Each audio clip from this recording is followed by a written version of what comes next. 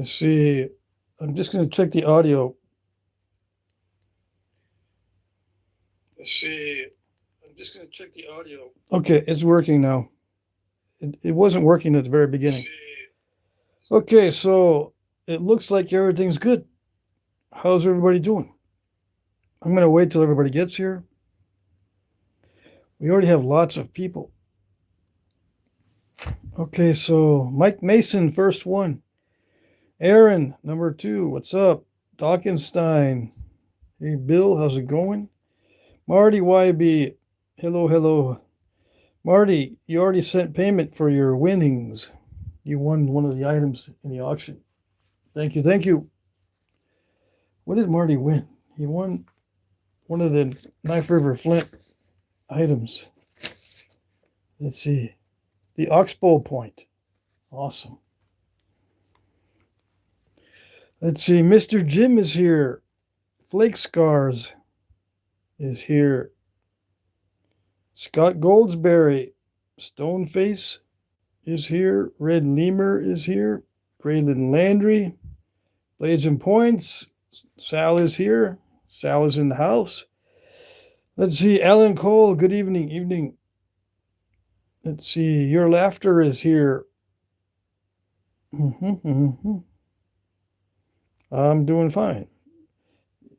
Yep, I'm doing okay. Let's see.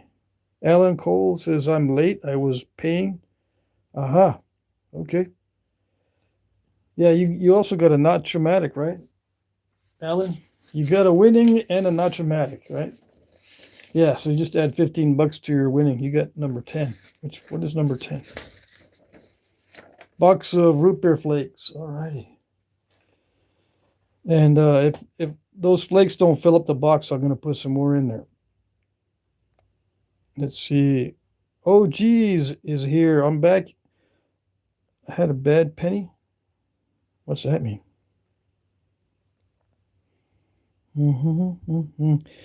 Beagler Pots.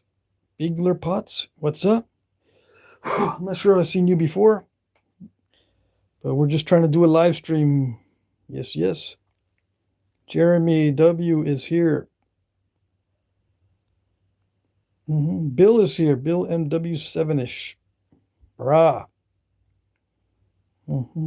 Phoenix Firefly Gaming says good evening.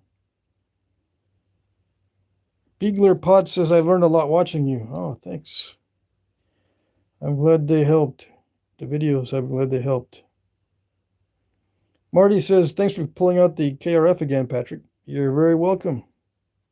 I knew you were going to bid on those. OGS says, they say if you get the same penny back, it's bad luck. Oh, I see. I see. Okay, what's tonight? Oh yeah, I have to continue my instructional series. Right? We're on stage 2. We did stage 1 on all these. Right? Is that what we did last time? Like on Saturday? Now we got to do stage 2 on these. I'm going to explain a lot. I'm going to go slow. It may take all night just to do a couple of these explaining stage 2. I'm going to try to do as many stage 2s as possible. What are these stages? Well, let's see. Hold on a second. Let me put these out so people don't have too many questions. I'm going to do, let's see here. No speed napping tonight. We'll do speed napping again once I'm over the instructional videos for these bifaces that are going to become points. I'm going to keep going on this instructional series until all those are made into points. Could take a week, could take 2 weeks. Let's see. We're going to do, let's see, what's stage 2? Stage 2. Stage 2 is a preliminary thinning, right? Let me see. When I write it down, I get it correct, but then I got to look it up. Preliminary thinning. Yeah, stage 2 is preliminary thinning. Okay, so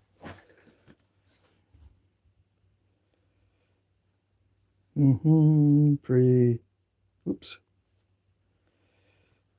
This is why I can't use a typewriter. Preliminary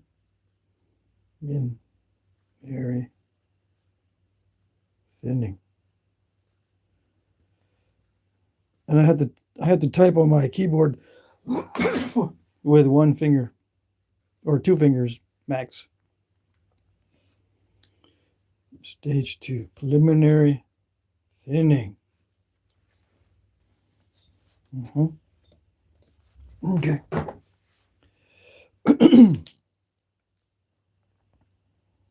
Now, secondary thinning will be tomorrow night. Okay, so tonight's preliminary thinning. The night after is going to be secondary thinning. The night after that is going to be edging and notching. And then after that is going to be final finishing. So today's Monday, Tuesday, Wednesday, Thursday. So hopefully Thursday or Friday I'll finish these up and have points from those. Okay? All right. And then we'll be done with the instructional series. We'll go back to speed napping. Yes, I think so. And then, I'll do the natural tools again on Saturday, Sunday. But first and foremost, we have a box from Sal.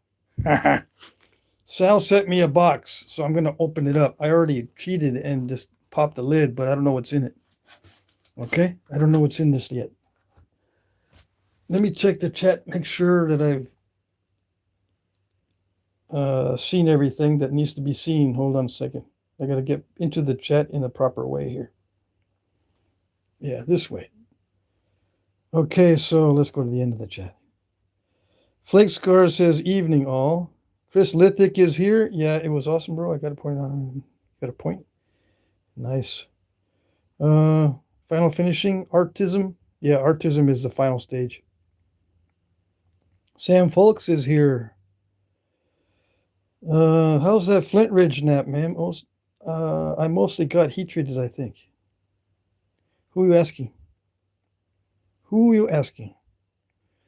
Let's see. Look, Chris Lithic says he was messing with his bow. Let me see. Explore Florida is here, posting live on virtual nap-in. Yes. Bill says stage 3 narrow attack. I see. Yeah. Did someone give me a gift? Yeah, a little gift from Alan Cole. Who else? Thank you for doing instructional live, says Explore Florida. You're very welcome. Let me see. Oh, gee, I love the quartz work last night. That was a toughie getting the humps out. Good job. Did I do quartz last night? I thought I did obsidian.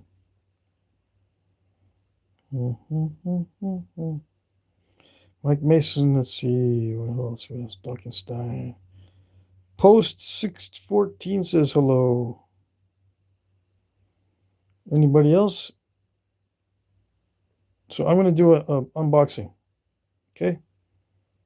All right. What did I get from Sal? He told me what he's going to send, but I forget. Yeah. And I get some good packaging. All right. What do we got? We got gloves. I see the gloves. Let's look at the gloves first. The U-line. These are good. Thank you. Get nice, spiffy, brand new gloves in case I get a hole in. These are wearing out fast. Yeah. Really fast. So, let's see. I put away all my flakes. So, do I have a flake that I can open this with? I think I do. I got a KRF flake. Yeah. That's even better. That's the best kind of flake there is. Yeah. Okay, Sal labeled these. So we'll be able to see what it is finally. Since I don't know what rocks are. It says, it just says to Patrick from Sal. Okay, it's raw. So this is from him to me, raw state. Okay, it looks like that lavender flint from Texas. Or it's really not flint, it's chert, because it looks like it's limestone. Looks like it formed in limestone. Stone and obsidian has the sharpest edge in the world, but it also gets duller faster than any other edge in the world. Yes, it dulls very fast. Raw rock.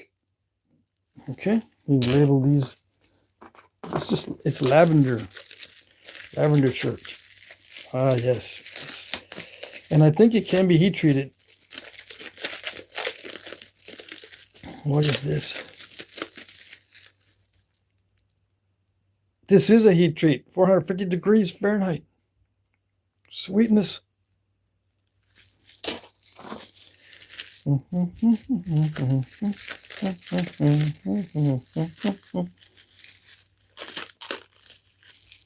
Let's see.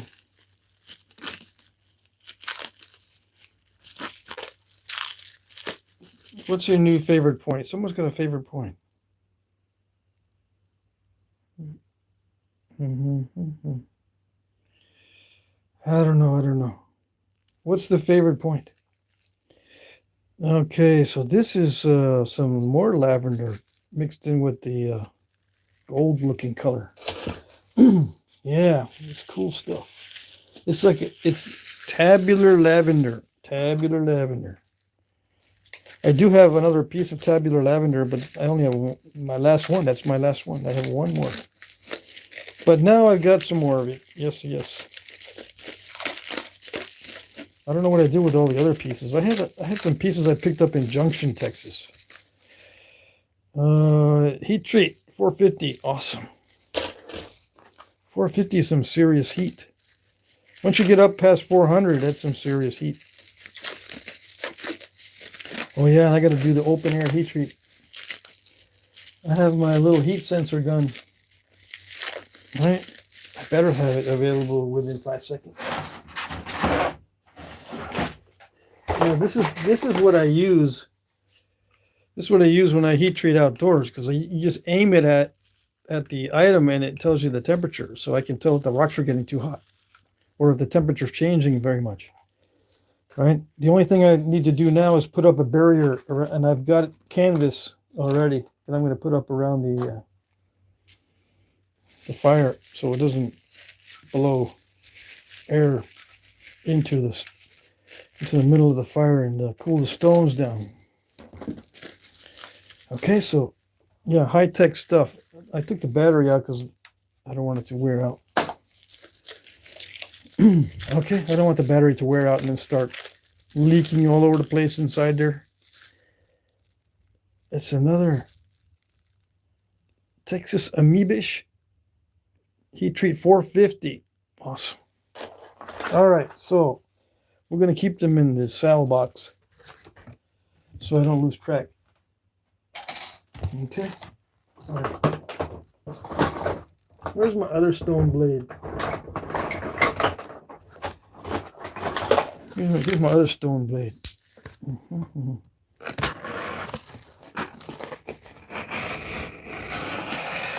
This is my silver stone. Yeah, it doesn't get dull as fast. It doesn't fit. Anyways. Let's put all of the sal stuff in this box so I don't lose track. And we shall nap very soon. Okay, so 106 people, that's a good amount. So it looks like everybody's here. Hopefully they don't leave too fast. They're probably just sitting there making their sandwiches, waiting for the stuff to start. Popping the popcorn, heating up the Hot Pockets, putting the mayonnaise on mustard on sandwiches. Stage 2, preliminary thinning. What does that mean? In simple terms, stage 2 preliminary thinning just means that I'm going to get ready for the secondary thinning. None of that really means anything to new guys. But what we're going to do is smooth out the surface get rid of major lumps and make everything convex. Stage 2 preliminary thinning is when everything gets convex. That's what we're focused on. That's why it's a different mindset, because we're focused on achieving convexity.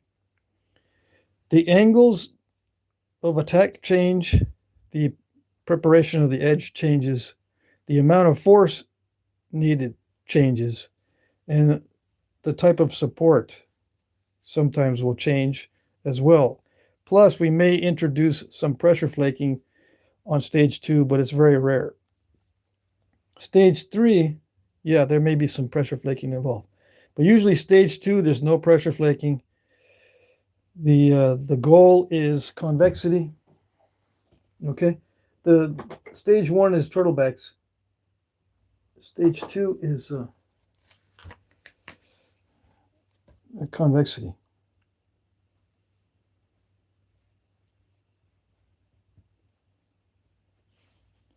Well, I should do this. I should say something else. I should say maximize convexity.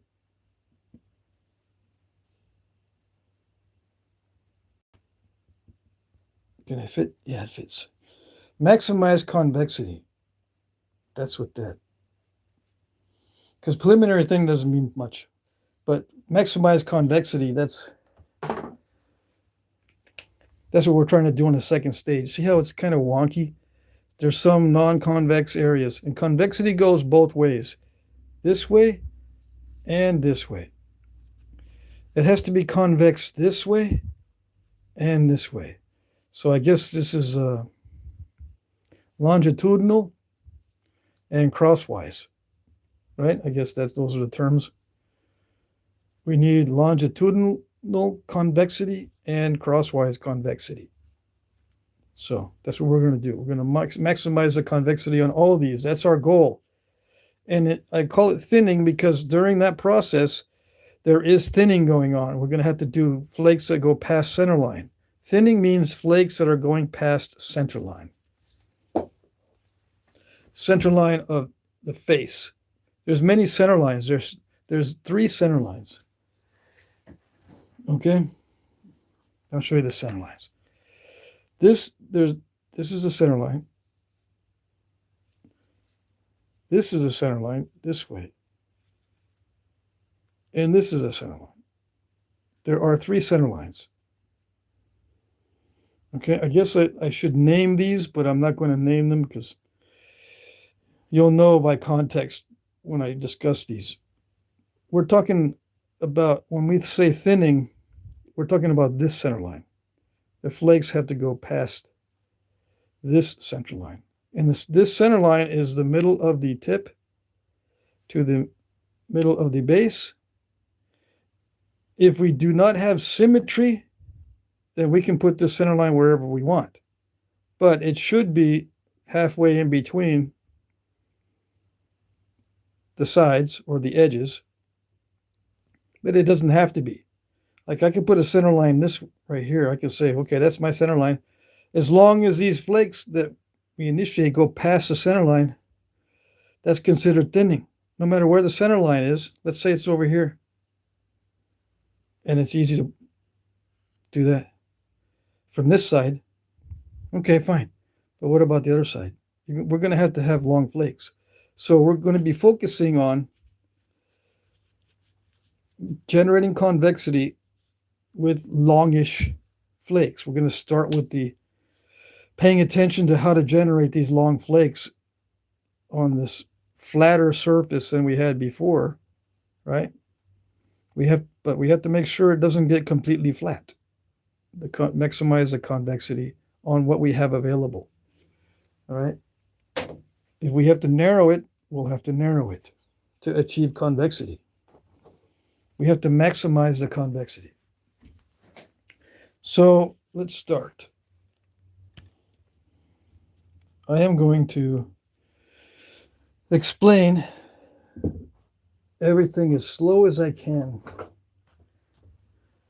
First, we have to make sure that all the edges are well abraded for the oncoming indirect percussion This is going to be very intense force that's concentrated in small areas on the edge. Indirect percussion concentrates a lot of force in small areas. And it's very versatile. It can generate big flakes and small flakes.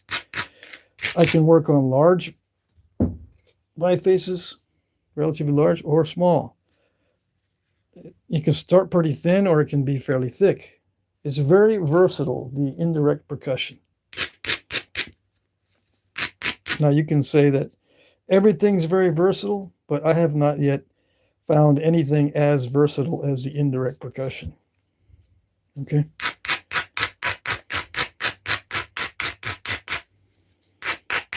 I can do everything from start to finish, from rock to finish point, with nothing but indirect percussion.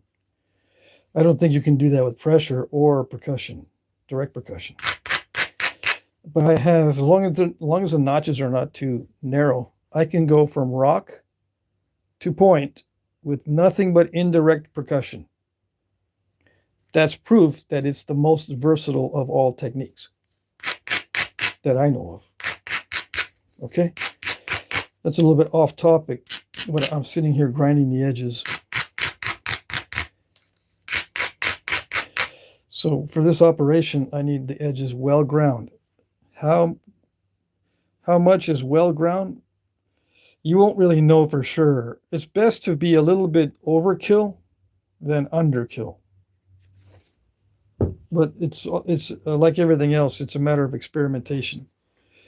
So when we start with the indirect percussion, we have a baseline that's at 0.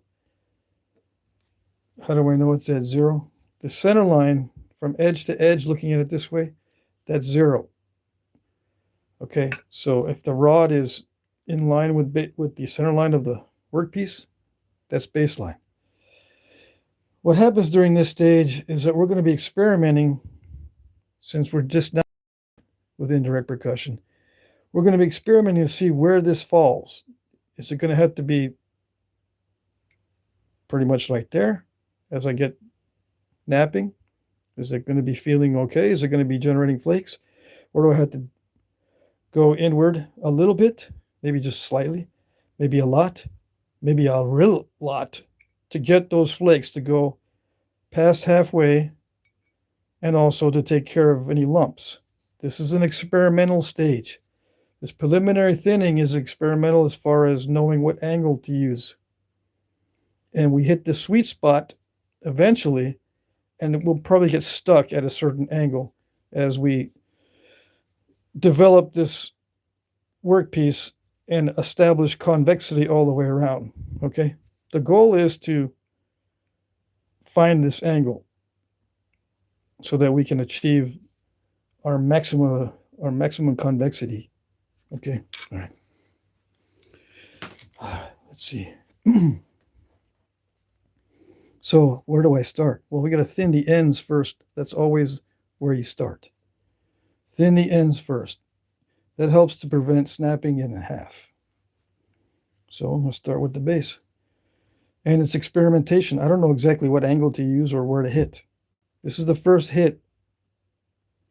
And we just try stuff. We just try things and see if it works. That worked, okay. Let's try again. Once I'm pretty sure of the angle, I'll show you what I'm using.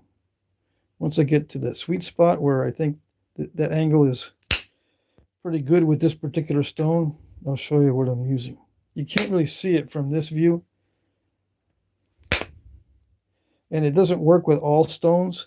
It just works with this stone. But I do want to show you what I'm using for this stone.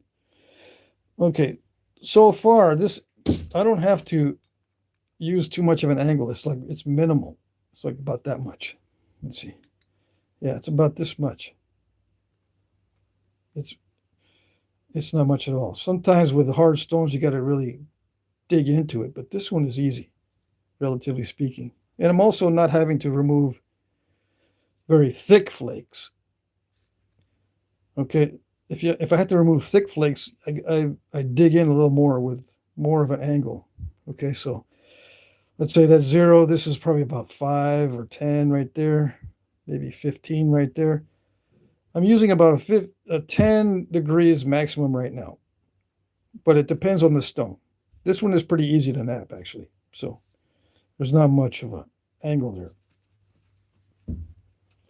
So I just go around. I'm going to thin the ends first. Now, where do I hit?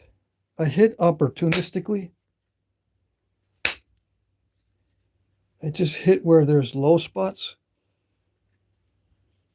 And it's usually below center line. The center line is from the base, the center of the base to the center of the tip. There's an imaginary line. I'm hitting what's below center line first. And then I'll hit stuff that's at center line. So when I was doing this, hitting the flakes off this base, this was below center line. When I hit, where did I hit? I hit this little place down here. It's, it's below center line because, it's obviously below the tip here. I'm going to hit along this part of the edge also. If this is a good spot to hit right there, that's really good. Let's get the marker out. This spot's really good. This spot is. This one's not so good. It's a little bit too low. And the angle is not right. I'll talk about this. There's an angle here too. I'll talk about that in a minute. This is a good spot to hit. Actually, this one over here is not bad. Okay. So what is this angle? Like in the first stage, like in the removing turtlebacks, it's usually about a 45. As this gets thinner, as the edge gets thinner, this angle starts to increase. So that at the very last stage during the final finishing, I'm abrading so that the edge is like this, almost, perfectly 90. I'm abrading flat across. At the very end stages, it's flat across. So as we progress and get thinner and thinner, this angle gets steeper and steeper and steeper. Okay, and I'll show you why in a little bit. But it basically has to do with the strength of the edge. If it's 45 and this is already really thin, it's just going to blow away the edge. It's not going to have enough force to drive a flake. That's why eventually we're going to get to 90 as it gets thinner and thinner. Okay? Now, it can be 45 now. It can be 90 now. It depends on the stone. But usually at this stage, the estimate is it goes to 60. And then the other stages, it goes to 90.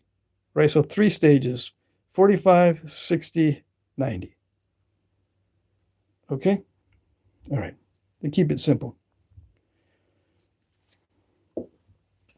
And you'll see what I mean by 90 when we get to it later on in the week. Now this had some incipient cracks, so that strike did some weird stuff. It looks like there's some incipient cracking going on, but that's fine. Okay? It's not going to interfere with the finished point. See, we're going to imagine a finished point somewhere in here like this. Just as an example, maybe you have a base like that. We're going to imagine the finished point like this, right? So we got plenty of room. So this cracking and stuff going on there is not going to be a big deal at this stage. So it can be sloppy at this. You don't have to be perfect at this stage. Now let's see what else. I gotta continue to thin that. So I'm gonna hit here, but that's too much of a 45. I gotta bring it up. So I grind it.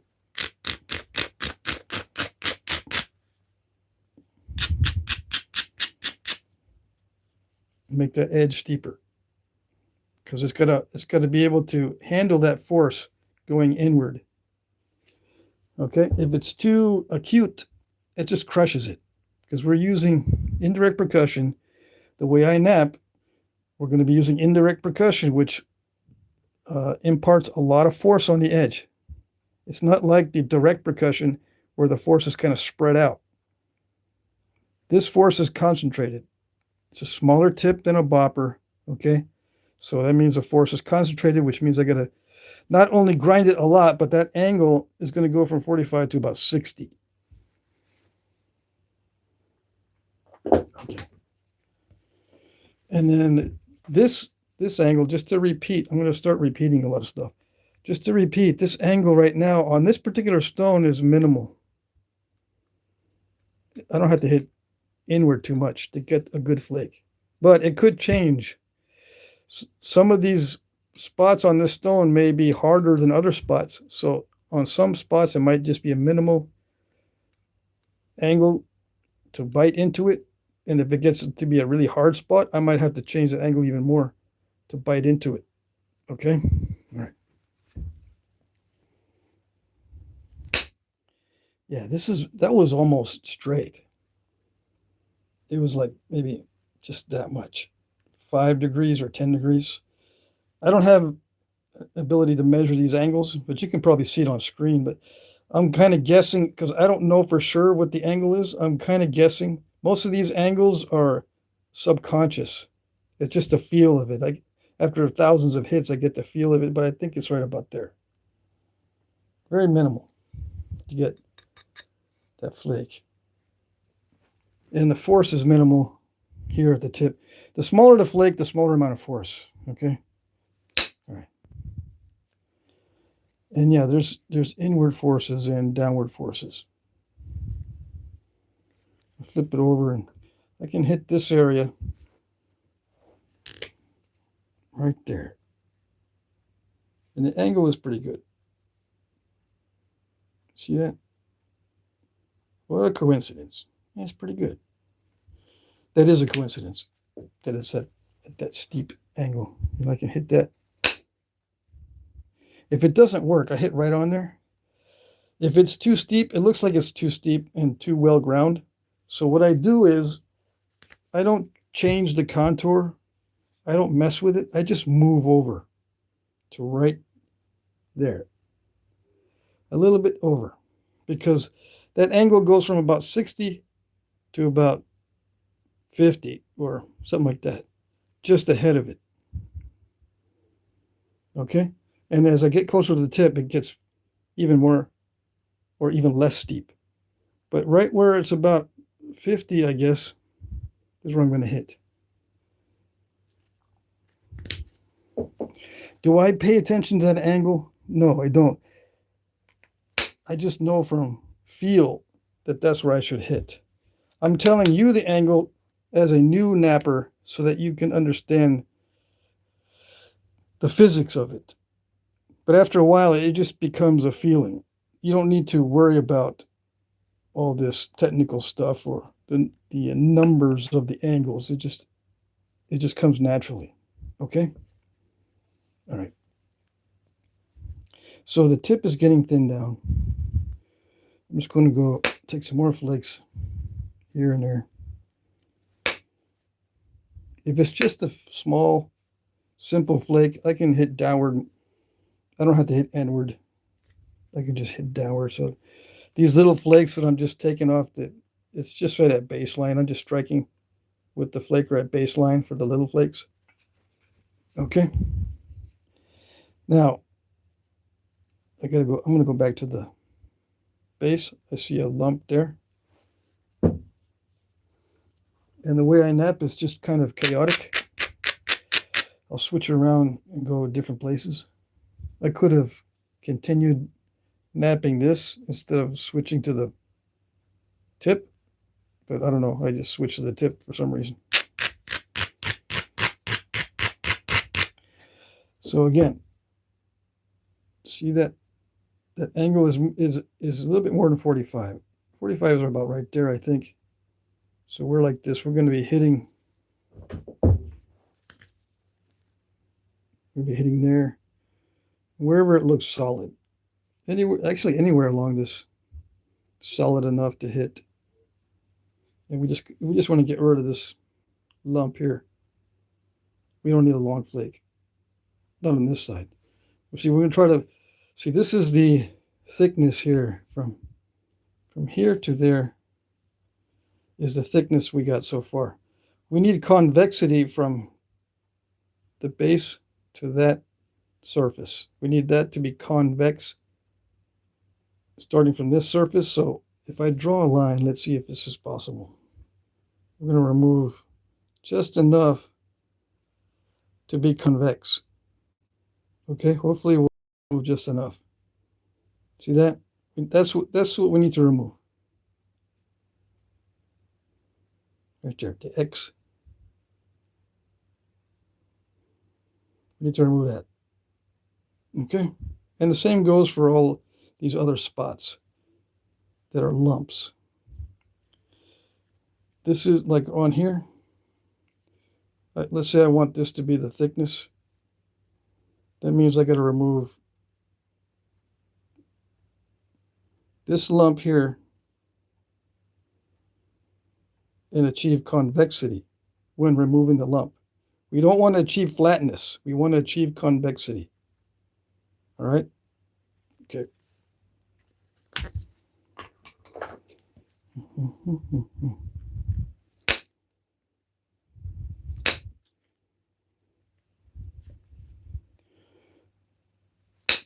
There's another consideration.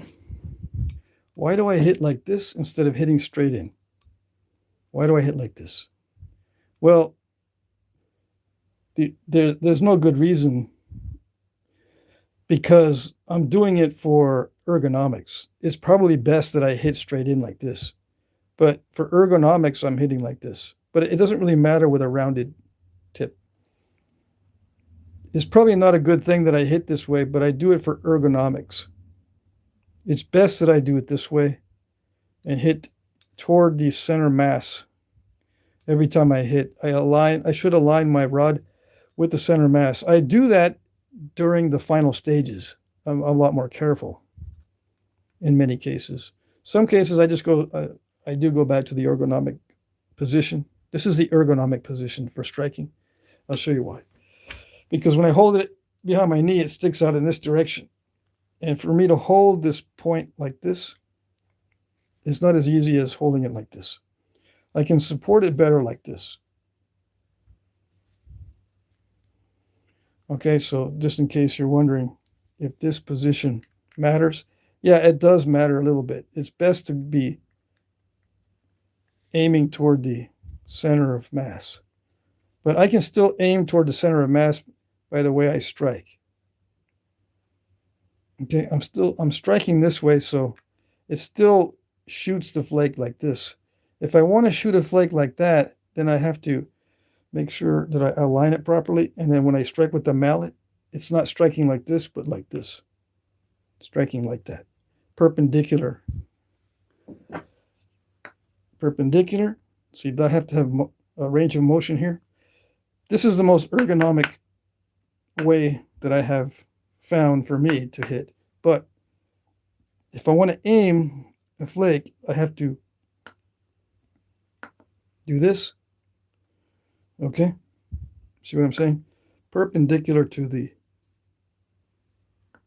horizontal punch. If I want to aim the flake that way. I can also shoot like this. It depends on how I hold this mallet. I can shoot the flake even further that way by tilting this way and striking. So I have a good range of motion here. I got to make sure I have a good range of motion here for a lot of strikes. Yes, I can adjust this as well, but I think I do both. I think I adjust this and adjust this.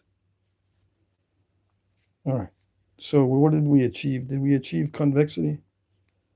We still have a little bit more mass there, but we've lost our opportunity to remove that mass because it's now very thin, and I can't get that angle without really grinding it down and taking more off the edge.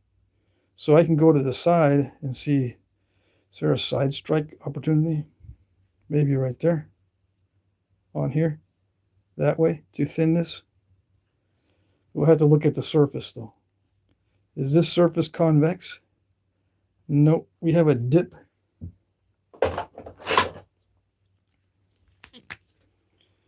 We have a dip right there. So what I got to do is remove that little lump there, and then I'll have convexity. Or I can go over here and drop this edge down more. It's probably a little bit below center line. No, this is right at center line, so I should drop this down just a little bit by brushing or tapping it with the tapping it, just light taps to remove chips, to drop the edge, and then we can shoot flakes across this convex area. Okay, and maintain the convexity after we strike. We just want to reduce the lump, but we want to maintain convexity. Okay, so what I'm going to do is use the abrader to abrade in this direction. See how it removes little bitty chips, and it does drop the edge down. And I got to make sure that that angle is a little bit steeper than 45, but it's all subconscious when you get used to it. Okay, and then I can hit across there.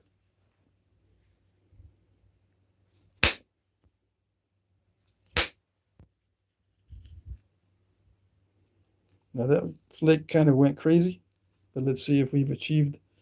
No, we didn't quite achieve the right convexity, so I'm going to hit right there. See, the flake, instead of going this way, it kind of took a turn and went that way instead.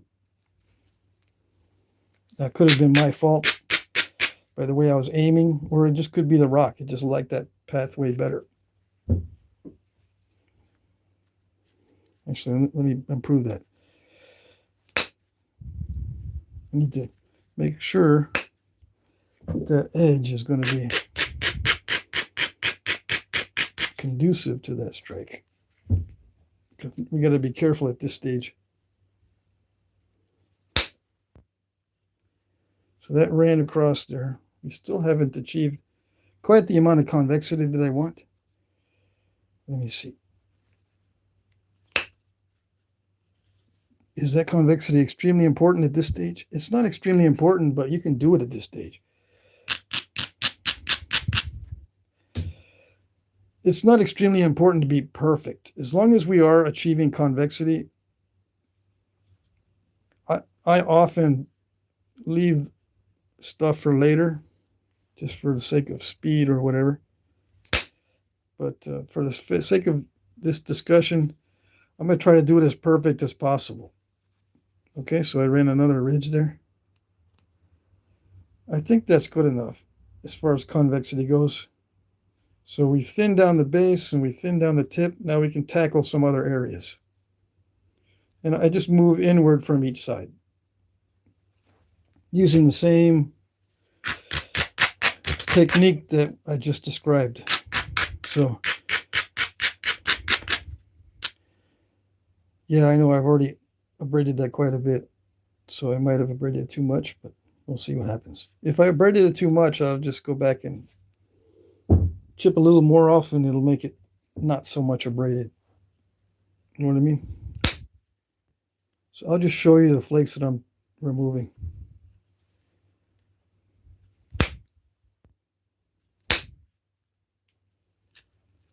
Show you the result. I'm using the same technique as I was explaining just a few minutes ago. Now, sometimes it doesn't work, right? There are various reasons for that. I think the reason for that one was not enough force, but it could also be the toughness of the stone at that particular spot. It could be I lost some energy because I didn't grind the edge enough. It could be several factors, and maybe I aimed it incorrectly and the flake should have probably been aimed this way more instead of right straight into that, because it's a pretty good lump. I might have just misjudged the whole thing. There's various reasons. You just have to be open to changing your attack. Just keep trying. I'm going to lower the edge for a strike on the other side. It's not going to work well if I try to strike from this side. It doesn't work to strike into existing mistakes. Sometimes you can get under the existing mistakes if you have no choice. That is a strategy, or a tactic, I should say, to get under the existing mistakes, but only if you have enough meat. As it gets thin, you're not going to have enough meat to get under those mistakes. And I definitely don't have enough meat in there to get under those mistakes. So I'm going to try striking from the other side. As long as I have good convexity, I should be fine. It's not great, but it's good. Let me see. I'll have to hit pretty hard to get past center line.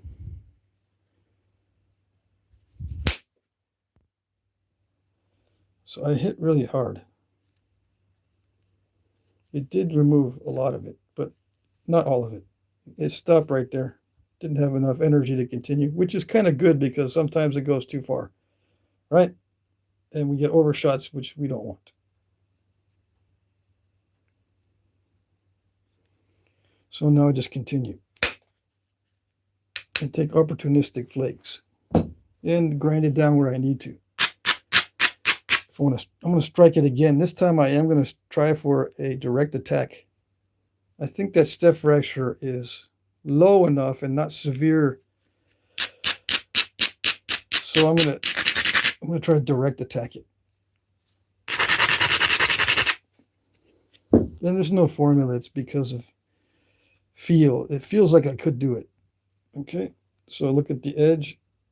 It's got a steep angle. Very steep. Very close to the obstacle. That's important. Up on the edge a little bit more than usual because I'm going to be hitting downward a lot.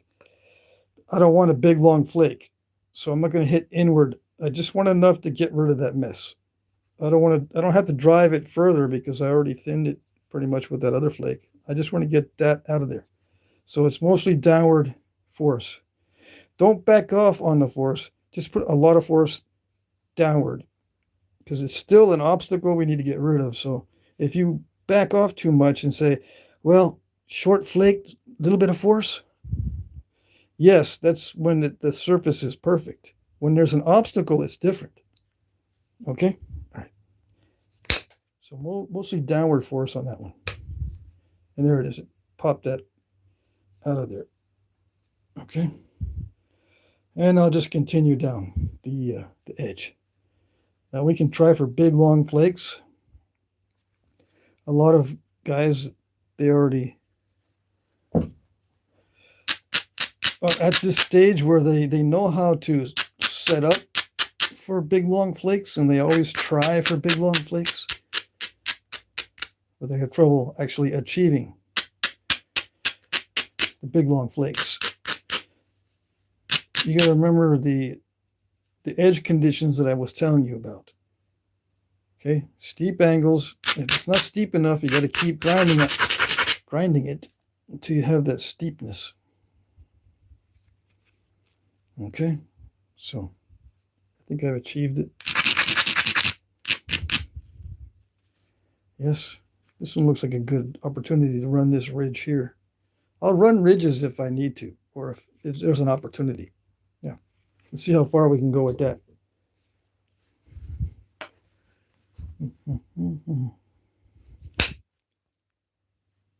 I think that went all the way. Yeah. Sweet. And it went all the way because it was convex, and it's still convex. See, we want to maintain the convexity. Okay, so what else can we do? Just keep going till we've achieved, preliminary thinning. As long as it's maximizing the convexity, as long as we've maximized the convexity, we're ready for the next stage. But we haven't removed all the lumps. We haven't gotten rid of all the scoops. We haven't gotten rid of all the major waviness on the edges. You also got to pay attention to convexity this way. as well as this way. So whatever is not supposed to be there is what we try to remove during this stage, because the next stage requires a persnickety type of flake removals. So tomorrow is going to be the hardest part of Flintknapping, describing the hardest part of Flintknapping. It's thinning something that's already been thinned. Okay. One of the prerequisites to thin something that is already thinned is to make sure that the surface is convex. So that's what we're trying to do.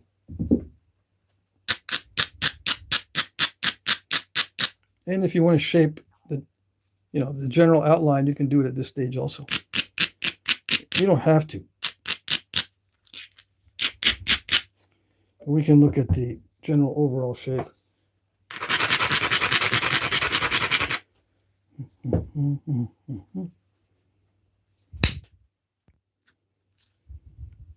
So I'm just picking off all the obstacles, all the bad spots. And the angle I'm holding the tool, it's ranging from about 10 degrees this way to about 10 degrees that way. There's no major digging in with a severe angle. It's all about 5 to 10 degrees here, 5 to 10 degrees there, maximum. And that's pretty typical on something that's easy to knap. Okay. Let's see, we have an obstacle right there.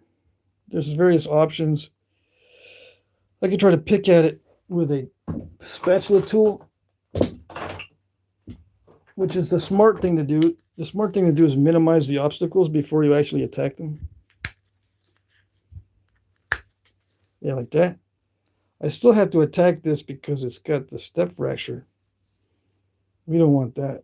We want convexity and smoothness, and smoothness implies that there aren't any step fractures. Now, if you don't panic if you have step fractures on the surface, sometimes you can blow right past those if they're minor, okay? If they're major, yeah, you got to panic.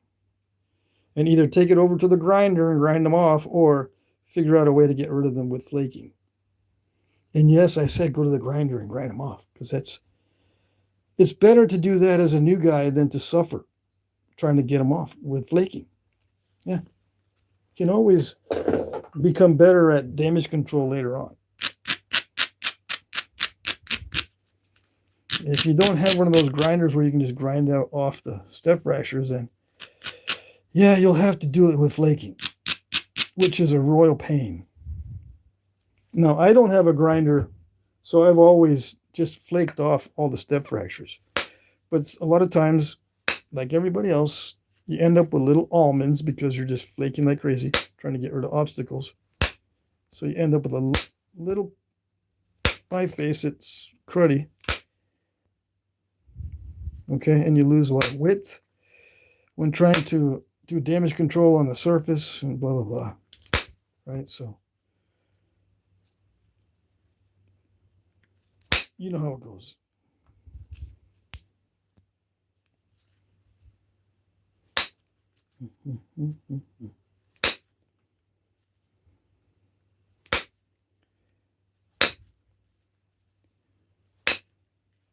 Some of these little defects I can remove with pressure flaking.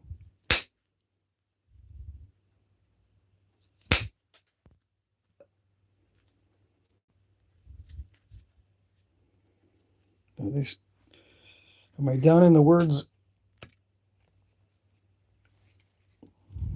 These step fractures are not supposed to be there, obviously.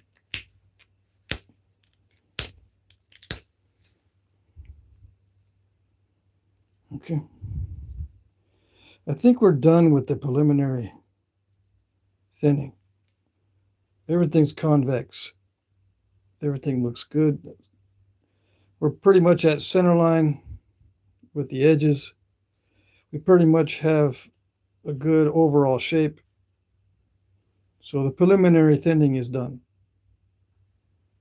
So we need three things. We need convexity here on both sides. convexity here on both sides. And the straightness of the edge and the overall shape. I consider that's done on the preliminary thinning. Second stage, stage 2 is done on this one. So we go to the next and see what we got. This is already pretty thin because we had to thin it down to get to the point where we were at the same thinness just about as that scoop out on this flake.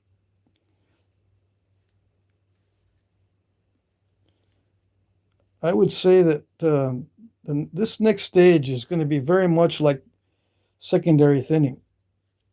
I think we already did the preliminary thinning pretty much. It's not perfect, right? It's not as good as this one.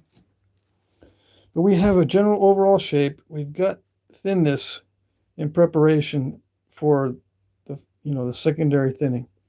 The edge is not straight, so I guess we can straighten the edge out a little bit more. Maybe take out a big lump here and there. But it's very close to being finished as far as the second stage goes. But I think we can do a little bit more. Yeah. But I've got to do this without explaining because it's going to be difficult. If I explain it, I might break it. But I've already explained what I'm doing. I've already explained everything. That's pretty much it. I've already explained everything except for maybe some of the advanced techniques that can be done. Okay? I've explained everything already, so I'll be using the same technique to get this ready for the secondary thinning. Okay? All right. I'm just going to take the lumps out. If I can. It doesn't always work. What happens if it doesn't always work? Well, if it doesn't work, I can set this aside and maybe I won't even do it. Maybe I won't even make a point out of it.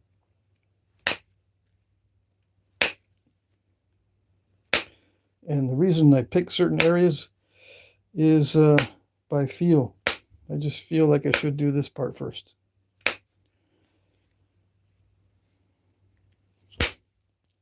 If I think about it too much, I mess it up.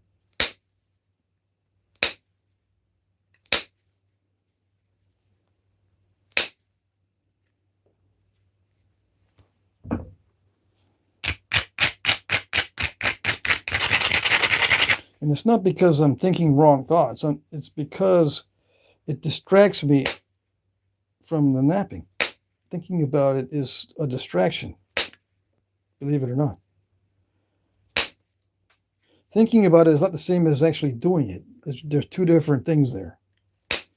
The doing is the brain is doing something different when it's actually doing it than when it's thinking about it. If there's too much back and forth, that's called context switching. Context switching requires lots of energy. And it requires lots of discipline to be able to do it without these different contexts interfering with each other. All right. But they often do interfere with each other, and they often require a lot of energy. And your brain starts to think or starts to react. It doesn't want to do it. So it messes up.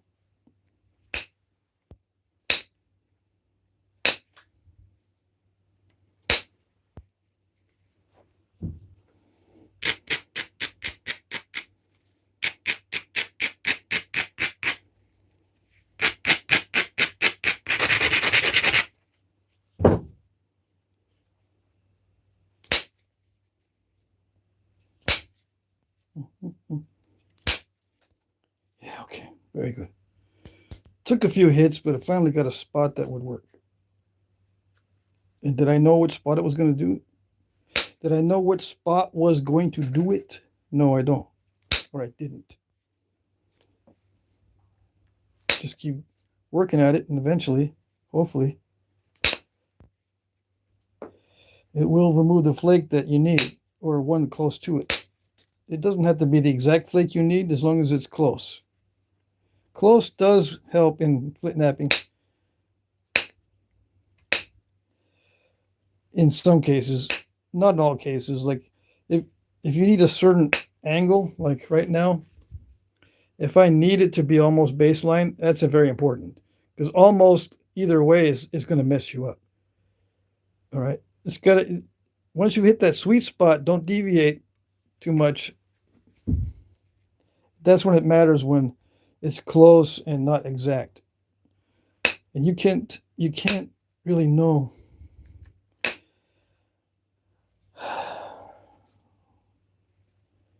How do I explain that? You can't really know what's exact. You just go by feel. It's just, you have that feeling that, whoops, I'm not quite in that right spot. Or that's the right spot. Yeah.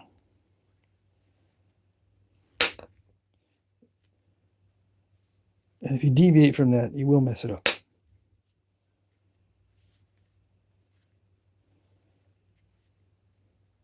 I mentioned that because I was thinking, I had said before that close is not good in Flintknapping. Sometimes it is to get close, close to your objective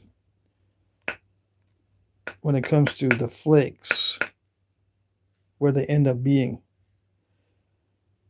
But the initial conditions, when you set this up, yeah, you can set it up quickly and be a little sloppy, and sometimes you can get away with it.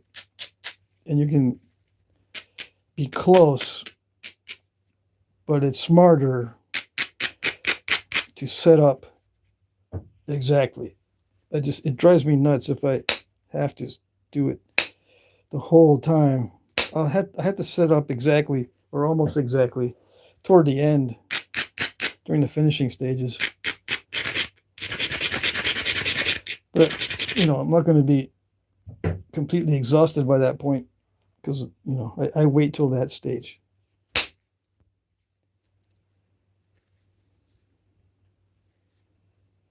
So did I achieve preliminary thinning? I think so. Yikes. I do have a step fracture there.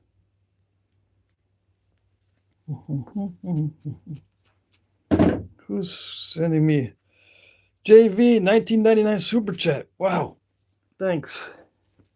That'll buy some good cigars. Oh, yes. Am I going to buy some cigars? Well, probably am. I'm out of cigars. I shouldn't be smoking all that much, but yeah, I probably will. Yep. Anyway, let's see.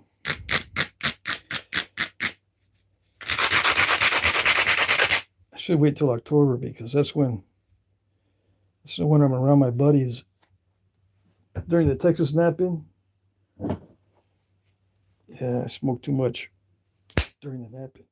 Okay, that was good. Yeah. Lucky. But I don't know why it dipped. So we don't want to have dips. We want convexity, not dips. I don't know why it dipped in like that. It's probably the nature of the stone. It's really I don't know. Some stones, when you nap it, they're very wavy, especially the high-grade stuff. That's high-grade stuff right in there. So that's probably why it dipped in and became wavy. That's not good for the finished piece, because I won't be able to run flakes across there. But I shouldn't have to. It looks like it's going to be pretty good. It's already pretty close to the final thinness, I think. So I shouldn't have to worry too much about that, but that is a consideration. Yeah. Sometimes if it's too much of a dip, you got to remove a lot of width to bring that back to convexity. You know what I mean? But it should not be a problem. No. So I'm not going to remove a whole lot of width. I'm going to trim it a little bit, but that's it.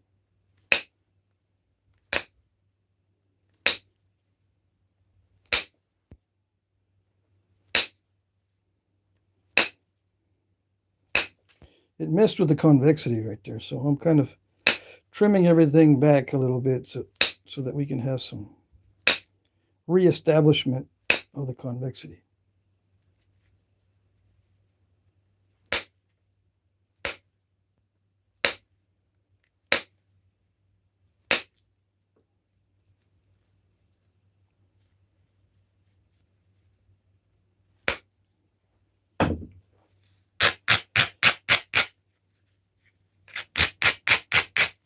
I really do want to get rid of this step fracture before I move on.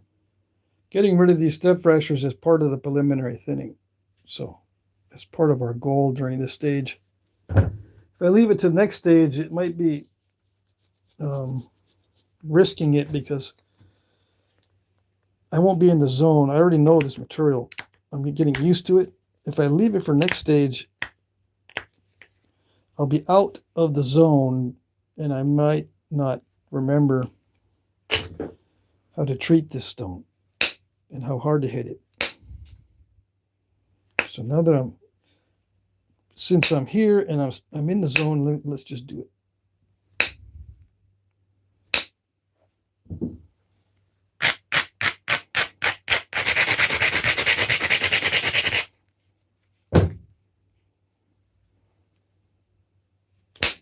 Let's see. Okay. There's always hit and hope. I hit and I hope it didn't mess up. We traded one step fracture for another, but this one isn't as bad as that other one. Yeah, this one's not as bad.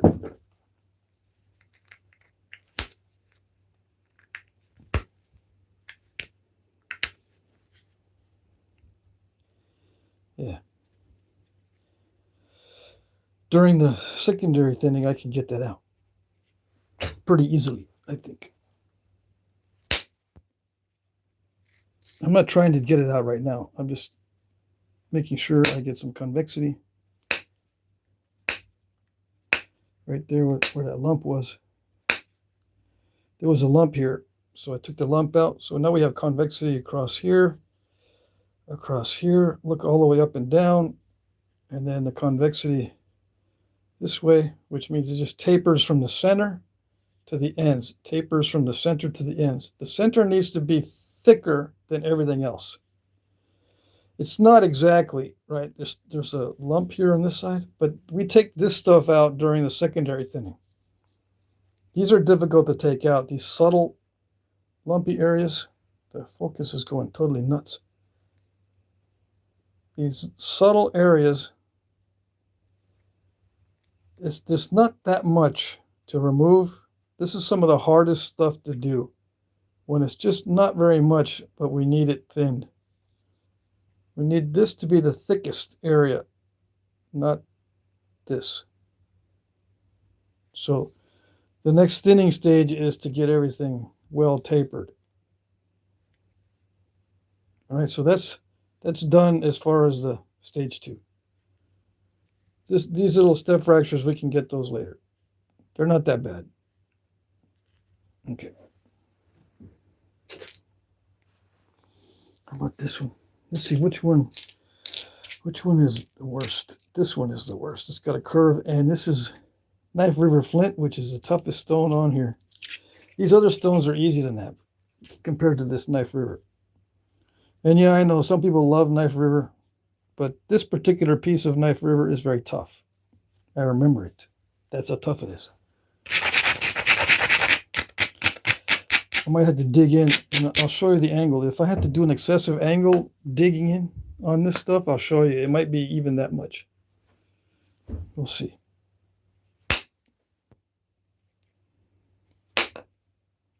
No, actually, it's okay. I don't have to dig in much at all. Well, I'm on the tip, so we'll see.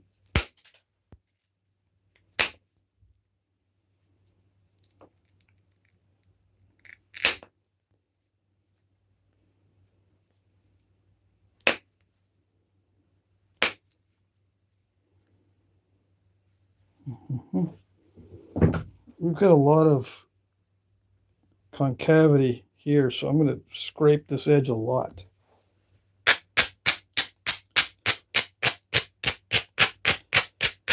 I'm scraping the edge that way, sending little bitty flakes with the braider in, just little bitty flakes all along the edge. It's lowering this edge, which is good, but we're also achieving a little bit of convexity there, which is one of our goals. So I'm just looking for opportunistic strikes. We don't need to flatten this much, but we need to get that curve out. So I think I'm going to hit this base to achieve that. I get the most meat here, so that probably would be the smartest place to remove mass, is where we get the most meat. Yeah. I got to make sure that we don't take big old flakes with a lot of scoop out.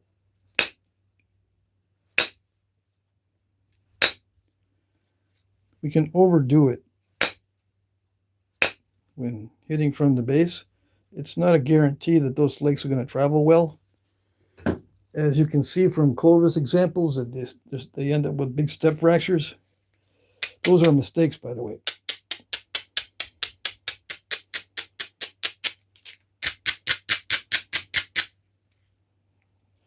All right, let's see. Let's try to get this.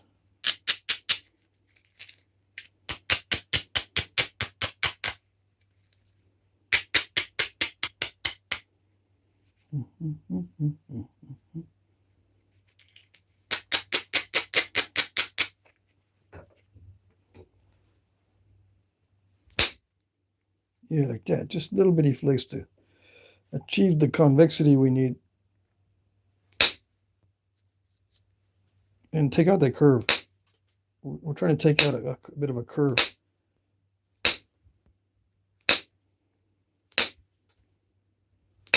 Now right now when I'm striking, that angle is about 5 degrees above when I'm doing little bitty flakes. When I was doing these basal thinning flakes, it was down about 5 degrees. Yeah. I'm just trimming some of this stuff off. So I raise it above baseline to hit those off.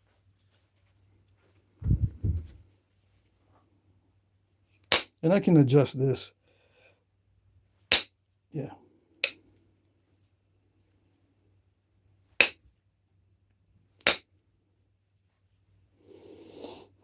So I move the rod to show you the angle, but what actually happens in reality is I'm moving this.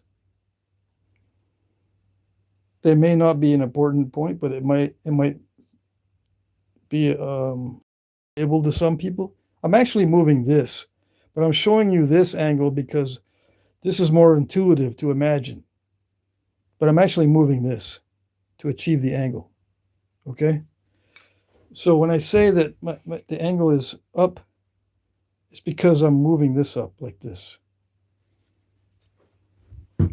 See, I don't realize, well, I don't know if that actually matters to people, so I'm just going to mention it just in case.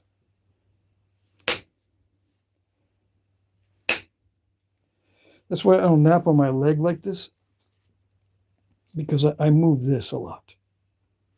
And if I'm on my leg, it would require that I move this or have some flexibility in this, which I don't.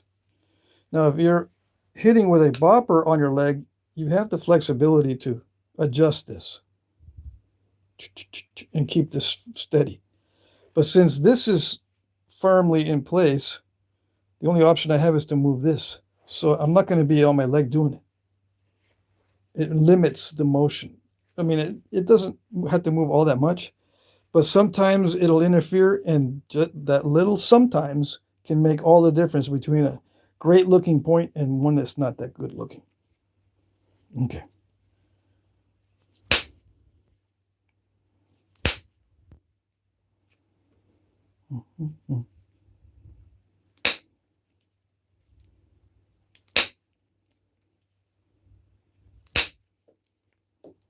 Yeah, they did. What else can I do?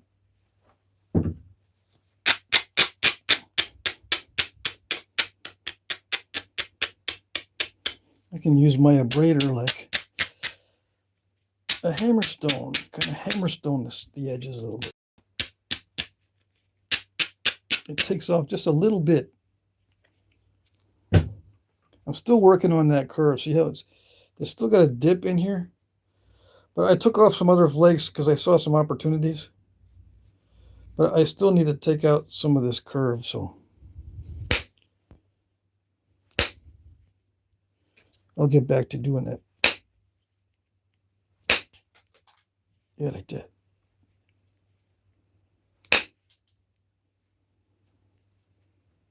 Yes, have we achieved taking out the curve? I think it's good, yeah. I think it's good now. And we're almost done with the preliminary thinning. Just got to make sure the edges are straighter. That's one of the goals. Straighter edges, maximize the convexity, overall shape, and, you know, thinner than before.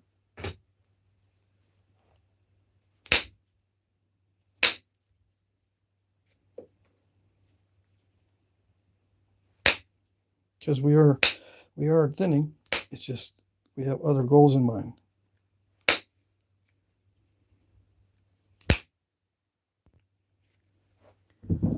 Let's see.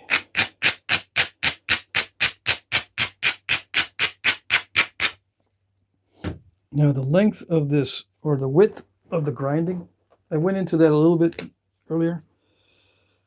This width here, see how this is a thin line of grinding and this gets thicker right there? Sometimes that matters. Most of the time I shouldn't say this. Sometimes it matters a lot, sometimes it doesn't matter much. But yeah, I pay attention to how thick that grinding line is.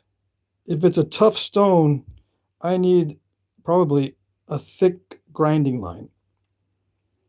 Or if the stone crushes easily, I need a thick grinding line. Or if the flaker seems to be slipping a lot, I need a thick grinding line.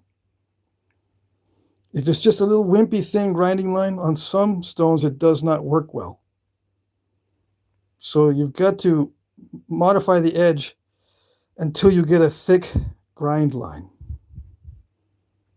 Okay?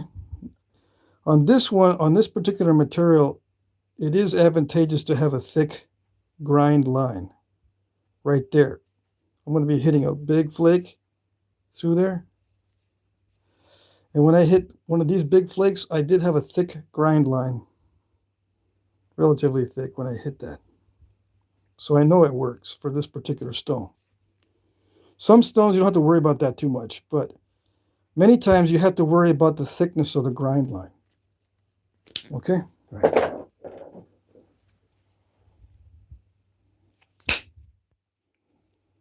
And I utilize that whole grind line, the whole width of it, to get that. And it's still not that big of a flake.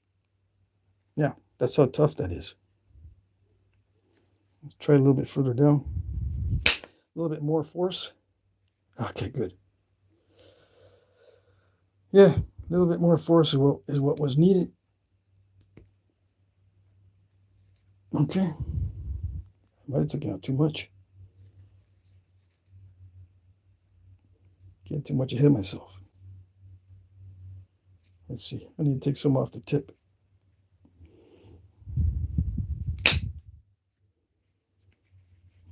All right. So I'm just going to work on the symmetry of the convexity. How's that? Not only does it have to be maximized, but the convexity has to be symmetrized if you want a more successful final thinning phase.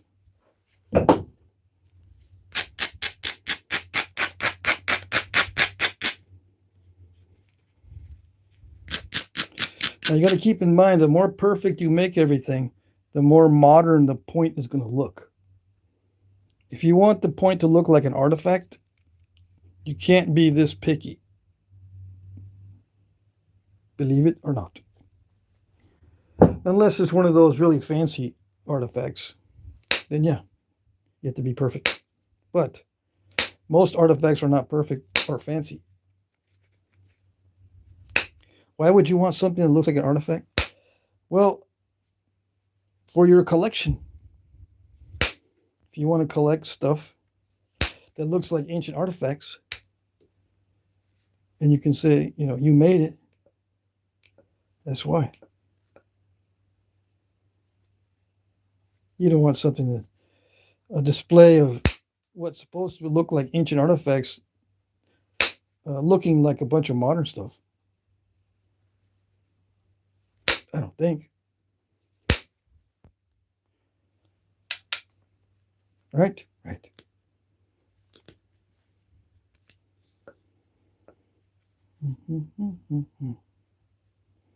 So are we done? Almost done. Almost there yet. Then it's up to you. What you're comfortable with as far as calling it good. Because the next stage is a different mindset. The next stage to, you know, persnickety thinning. See, some people might think this is as thin as they could possibly ever go. Oh, no, you can go thinner than this. Yeah. And if you have artifacts that you're trying to reproduce that are not this thin or not thinner than this, then you can stop here and just sharpen it. Yeah, it's allowed. You can stop at this stage and just sharpen it. Put in your notches at this stage. Yeah, that is allowed. Okay? All right, so where are we? You got 2 out of 5 done. What time is it? An hour and 22 minutes? This one is already finished with the preliminary thinning. Yeah, I don't need to do anything to this one. All right, so we got one more left. This one's wonky. Yeah. So let me speed through this and then I'll check the chat.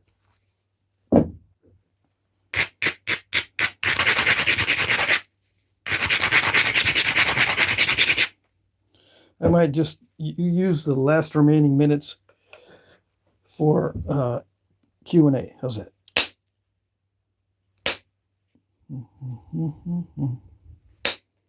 So we did manage to get through, well, hopefully get through all 5, if this doesn't mess up.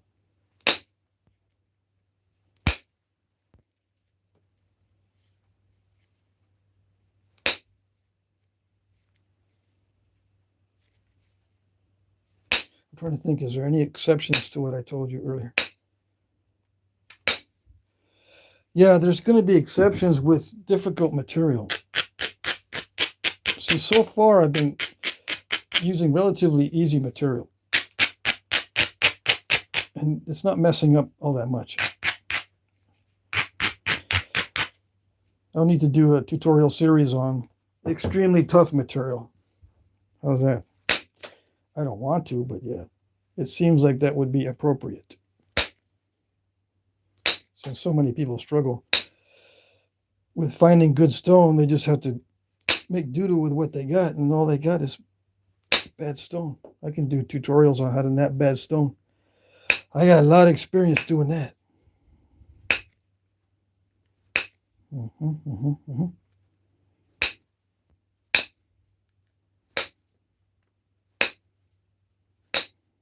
This is all raw stone, I think. I think this is all raw stone.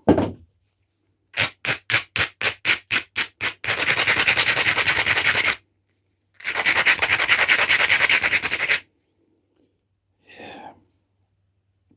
And yeah, I take shortcuts too.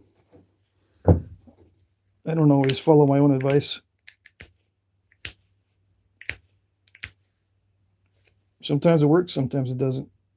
Yeah. So if you think you see me doing a shortcut, you're probably not wrong. Right? We're still live, yes. Okay. If you see me doing a shortcut or doing something I shouldn't be doing, you're probably not wrong. Okay? Just so you know.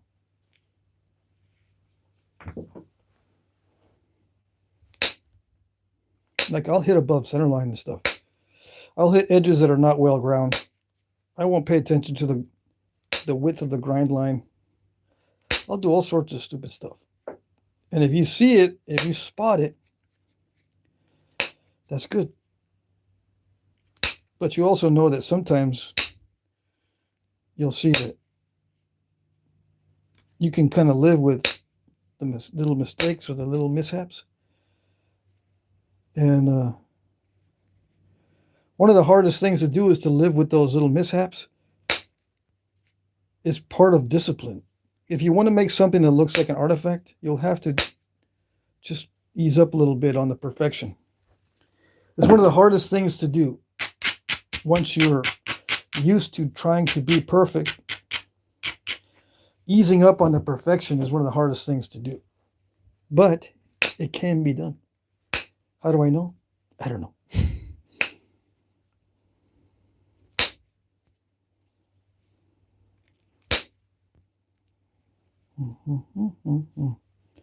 One of the things that is a shortcut is going way too fast, just to keep the boredom away.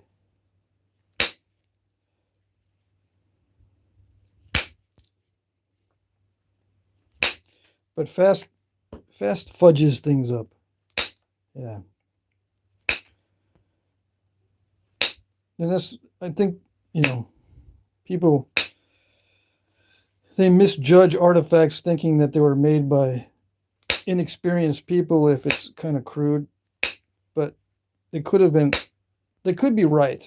It could be inexperienced people. But I think in the majority of those cases, they're just making them really fast. Or they just have a bad day. Or maybe they got bitten by a snake earlier and they just had to live with it for a little while. Live with the pain and all that. But they still got to do their manly duties.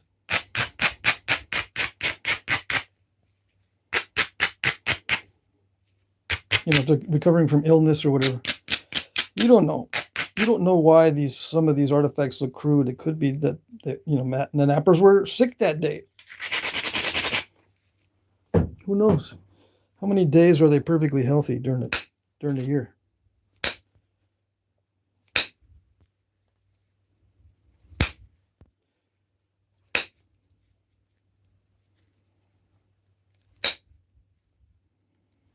Now, if most of the artifacts in one area are crude, then yeah, it's a cultural thing. They just didn't really think it was necessary to put that much time into it. If it's a regular pattern,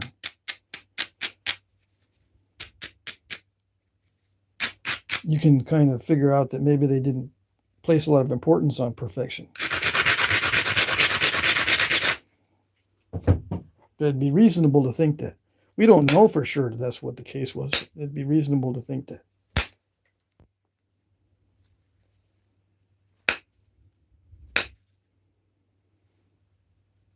I think that was true of some cultures. They really didn't put all that much importance on looks. But some cultures did. It's pretty obvious.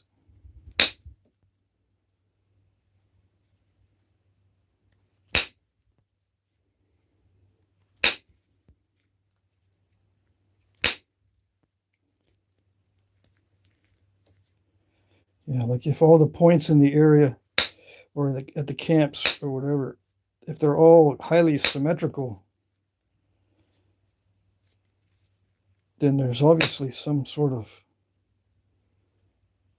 reason, right? Maybe they thought symmetry was the key to success. Yeah. It makes it more successful. It makes the napping more successful if you keep everything symmetrical. That might have been it. It does make sense because if you keep things symmetrical, it does lend itself to less mistakes. But just getting there to where you need to be skill-wise to make everything symmetrical, that's the hard part.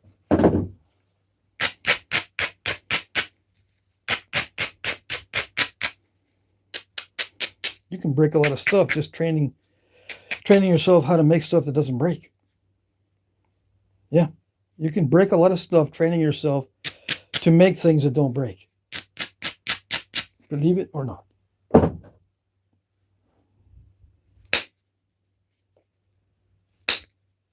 But it pays off in the long run. All right, so the preliminary thinning is done on this. Okay, so with the remaining time that I have, I'll just do quick Q&A. Okay, and I'm not gonna turn the fan on. I need the fan because it's like, well, it's only 78. It's still hot and humid in here for my taste. Okay, so the hardest one I think to finish out is going to be this one here because it's got inconsistent spots. These other ones are not too bad. In fact, they're pretty good, except the Knife River Flint. It's going to have a lot of these little step fractures because that's just the nature of this stone. It'll be hard to get nice smooth surfaces without those little step fractures. But other than that, these are pretty easy to nap actually. This is going to be difficult because of the concrete. I'll probably tackle this one first tomorrow. Yeah. So just right on there. All right, first, just in case I forget. Now, at this stage, you can also test the hafting. You got to test the hafting every now and then.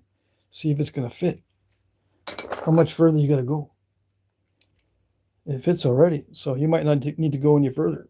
If it already fits into what you're going to haft it, then you don't need to go any further than the preliminary thinning. Isn't that a nice thought?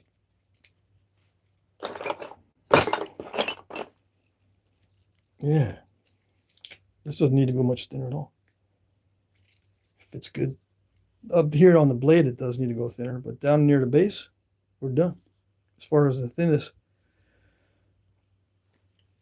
If we're going to use the knife handle, we can also use this one. I think it fits. It does fit. Why do I have this design? Well, sometimes they have contracting stems, but also if you put the notches low, you can wrap it across the middle like this. This wood up here, as long as it has glue behind it, it holds it pretty firm. Yeah. In fact, this will work with just about any kind of stem, this particular design. This one, you need an expanding stem, basically, for best results. But this one, you can use, it can be any kind of stem, contracting or expanding, or no stem at all, just like it is now. Yeah. This is the most versatile handle that I've come up with. Okay. Other than just a plain old stick like this. Yeah, just a plain old stick with a big notch. This is getting more curved and curved by the day as it dries out. So yeah, you can just use a simple stick and not a fancy knife handle. But I like the fancy knife handles. All right.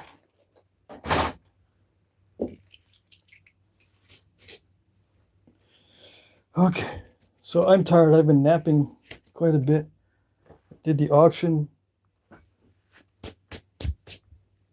I leave too many things for the last minute. Yeah, it was kind of late today. I was doing the last minute stuff. Let's see. Robert Tracy says, I think that round part pet stores what? I think that round part pet stones were made for sanding those down the round spear points. Not sure exactly what that means. All right, let's see here. Feathered Frontiersman says, oh man, I missed the entire session. I didn't get to nap anything today anyway. You just have to rewatch it. Yeah. It's there to rewatch. You can rewatch it anytime you want.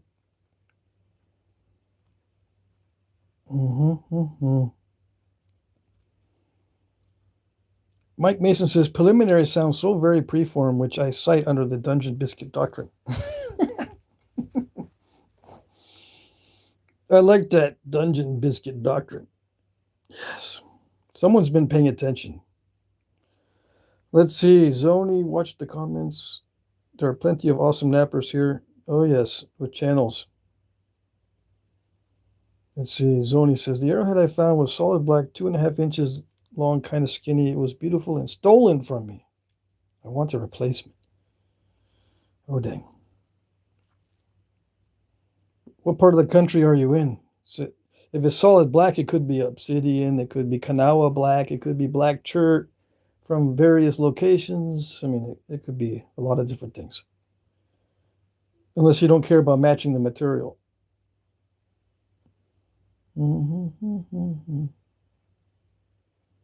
Yes, Zone, the big hitters show up on Monday auction for Patrick's work. Tommy Taylor's here.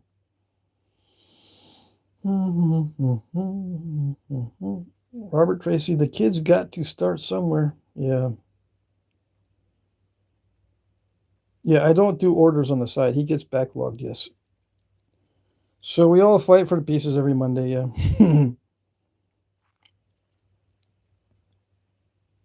This is interesting. No need to go fast.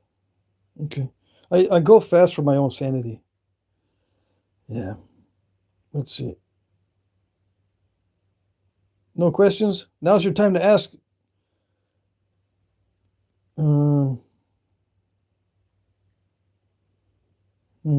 Robert Tracy, I can't read the best. Sorry. How long of a wait for a custom job? I don't do custom jobs. There are other nappers that do them. Ken Winton says a lot of strange stuff going on. What kind of strange stuff? Feathered Frontiersman says, wait, Pat. Okay, I'll wait for a question. I think there's one coming, right? What else is there in the chat? I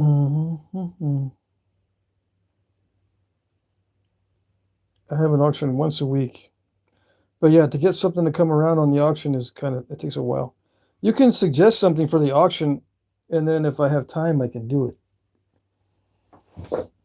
But that's the only time I'll take orders, so to speak. You can suggest something for the auction if you want something really bad. I'll see if I have the material and the ability to do it.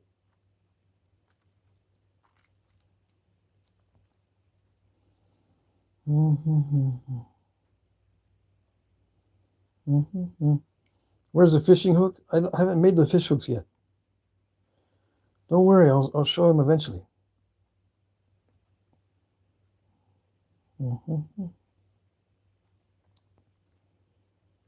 Yeah, catching the flake is incidental. I don't catch flakes. I don't support flakes. I support the whole workpiece. And if it happens to support the flake too, that's, like Alan said, it's incidental, not intentional.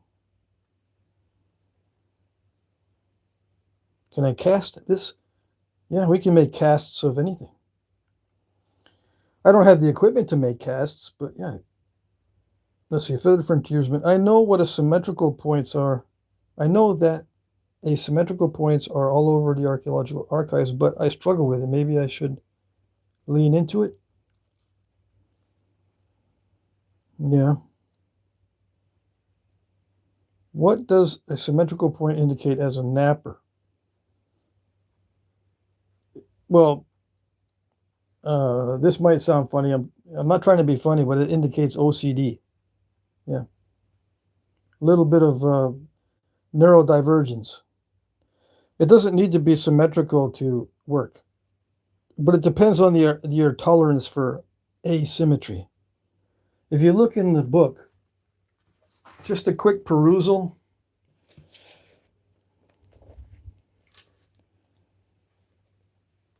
Let's just do a quick perusal of these points here. What are these? Durans? As you can tell, the symmetry, I mean, they try to make it symmetrical, but you can tell it's not as symmetrical as what modern nappers would consider symmetrical.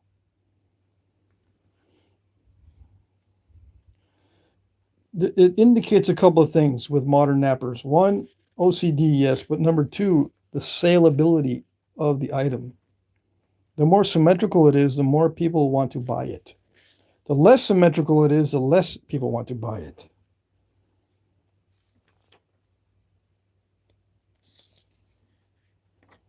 But we can peruse and we can look and see. They don't make a lot of symmetry. They don't make symmetry important in many cases. Okay? They don't make a big deal out of symmetry, is what I was going to say. But there are some that are very symmetrical. These are ground down. The ones that are ground down are very symmetrical, but the ones that are chipped, not so much. It's also difficult to make it to spec. Exact symmetry is part of making it to a specification. And that's one of the hardest things in all of Flintknapping, is to make something to a specification. As long as you're within range, if you have good tolerances, generous tolerances, you can get a lot done. If your tolerances are very tight, you're not going to get much done. They'll look good when you finish the ones that you do have, but you won't have as many as if you would loosen up your tolerances a little bit.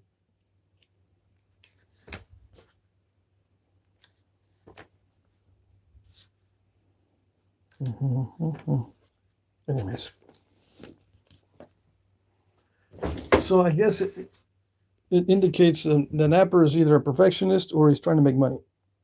The symmetry thing.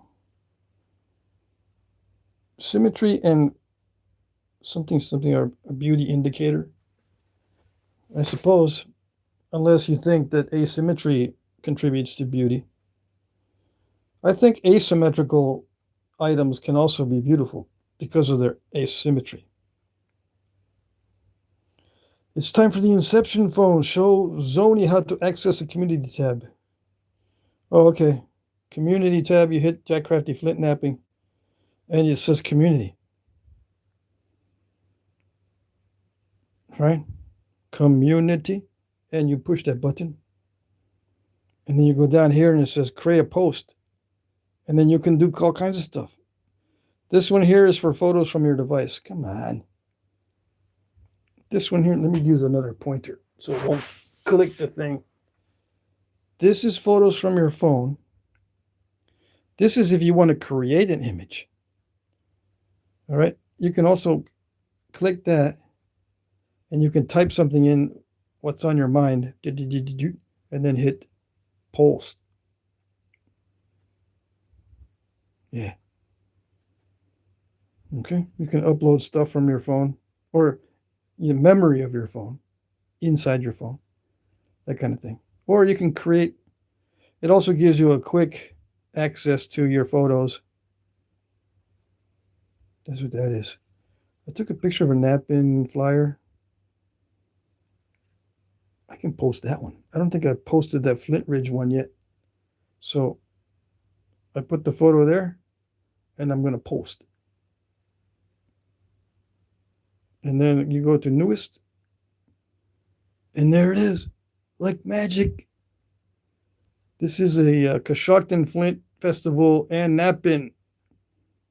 Yay. It used to be called a Flint Ridge Knapping. It's kind of blurry, so I'm going to probably have to type in a lot of this stuff so people can see. It's blurry because I took a screenshot. I couldn't find the original flyer these guys are using. Anyway, the fall Knapping is September 4, 5, and 6.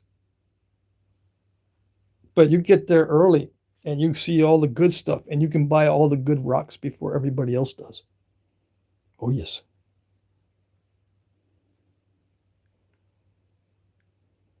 Get there early so you can buy all the rocks before everybody else does. Cool, thanks. You're welcome.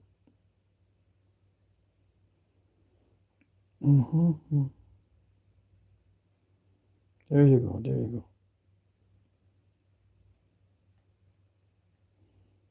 Yeah, what state are you in? Philip Truitt, Jack, do you have a favorite artifact you can quickly reproduce?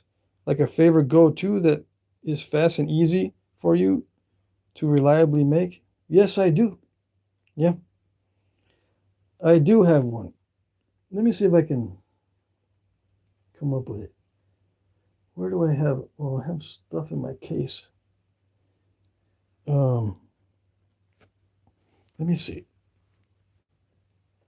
Other than this, you know, this type of point, but this is more of like a barbed and tanged European style, although they do have this style in North America too. This is one of my go-tos with just the basil, you know, simple triangle with these basil notches. But I have another go-to also. Let's see. Let's see if I made a pattern that I have in my case.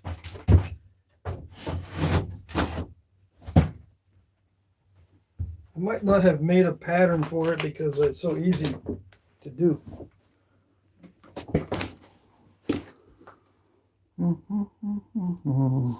These are my templates. And these are actual size. All right, so do I have it in here? No, I don't actually have it in here. I'll just draw a picture of it. Yeah. These are actual sizes. That's why I keep these. And some of these are art points. Like the ones with the red tips and stuff like that. They're either for hunting. This is a hunting, base hunting size. Let's see. I do these corner notches a lot. But there's one style that I like to do that I've been doing for many years. I'll show you. That's very simple for me to make. And it's about this size. Okay. How big is this? And it could be either an arrow point or a metal dart point. Yeah, about 2 1/4 inches. It can be either a metal dart point or an arrow point with this size preform. But what I do normally is like this.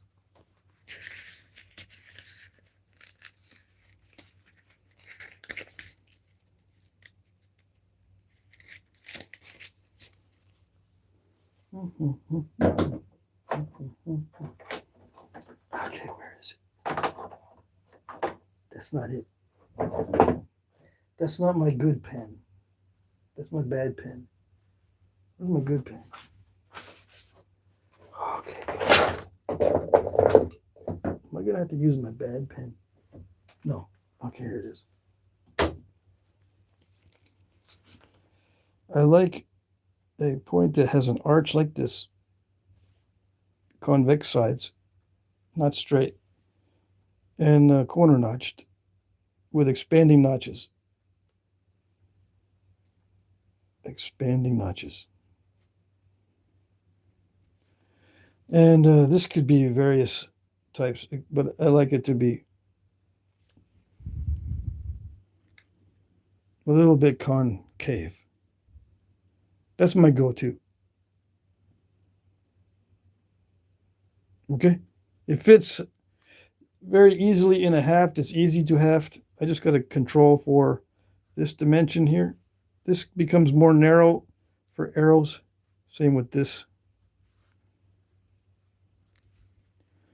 I control for this depending on if it's a lateral dart point or an arrow point, but I don't like it really long. This allows me to use up little bitty flakes.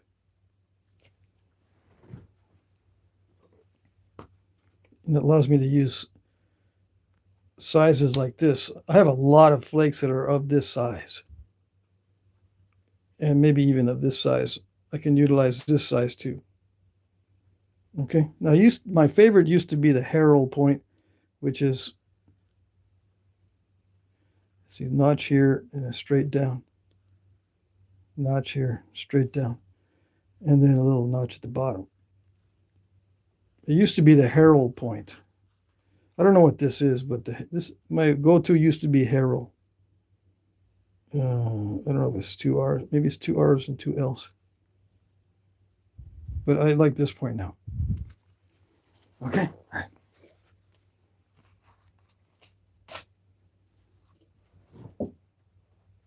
And that's not a corner notch, is it? I guess that's a side notch. Yeah.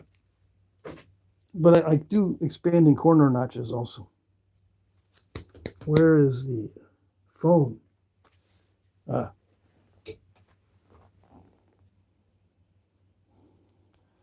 Let's see. Somebody wants to participate in the auction if they're not in the US. I ship overseas. I ship to different countries as long as they allow it.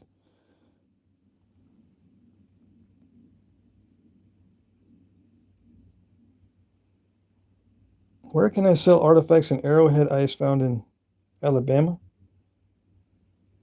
Where can you sell artifacts? They have Facebook groups where you can sell artifacts. There's also a website called Flintknappers.com where you rent a space on their site.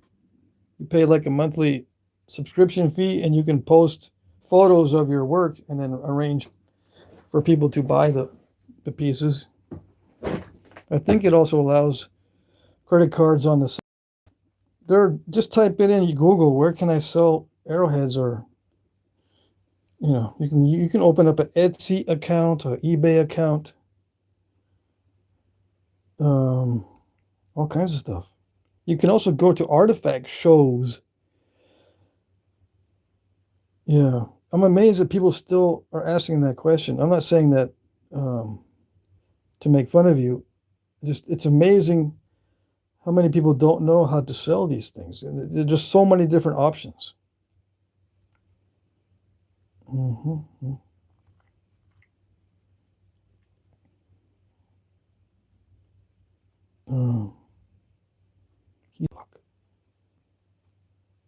If you're in Canada, you can sell on Etsy and various websites.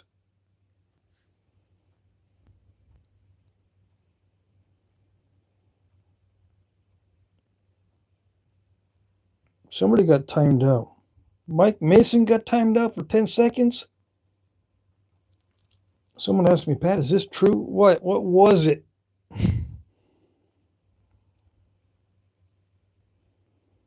Maybe participating in auctions. You can participate as long as you have a YouTube connection. You can participate anywhere from where you want. I've sent stuff to Russia even. The farthest away I've ever sent stuff is New Zealand. I just sent something to New Zealand, and then I've sent stuff to Russia. And where else have I sent? That's very far. I've sent packages to Australia. That's probably the farthest away from us. Yeah. And all points in between. I've sent to South America, to Europe, Central America. Is that a Hernando point? Yeah, this one, it resembles a Hernando point. Yeah. But they made points similar to this in Europe also, called barbed and tanged, except the tang is a little bit smaller than this on the European ones.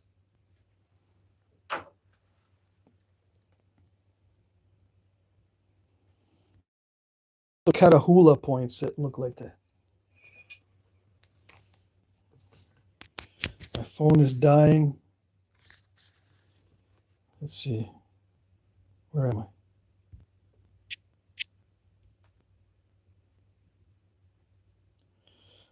I need to get my stream back. I can't see. No, I don't want that effect. Okay. I messed everything up. All right, so we're back. I had to plug in my phone. It was about to die. Ken Winton, I think the guy talking about selling points meant real artifacts, and someone commented a little strongly. Oh, I see. You can sell real artifacts wherever you want. You might not get a good reception. Like some people might think that you're either scamming and they're not real, or you shouldn't be selling the real ones. You should be keeping them.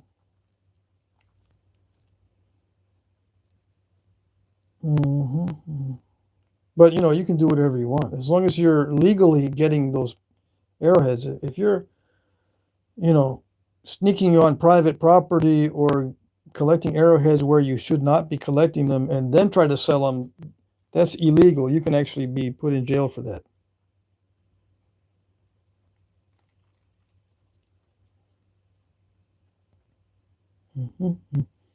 Mike Mason says, I love about Mod Powers reading what was timed out. Let's see.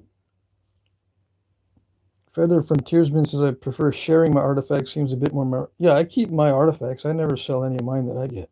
I have purchased artifacts from people, but I never sold any. Not real ones. Let's see. Phil Pruitt says, Jack, the template board you showed is a great tool. I haven't ever seen that before. Cool. I'm glad you like it. I'm glad you like it. It is a great tool. I like it. It gives me instant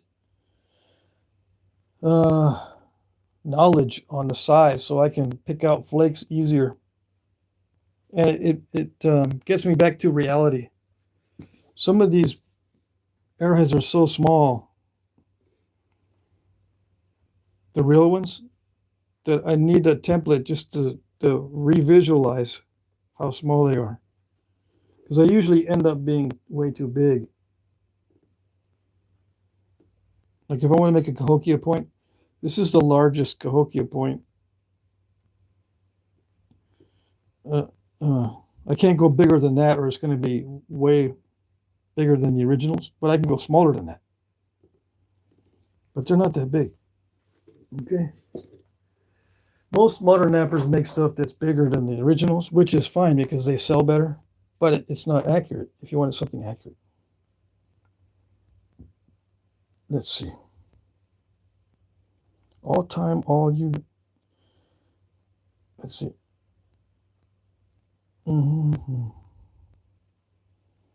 What? Guys, stop talking about double up your money.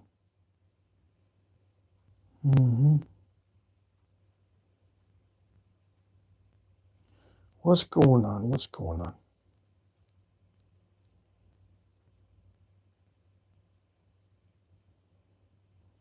Okay, I think I'm going to say goodnight.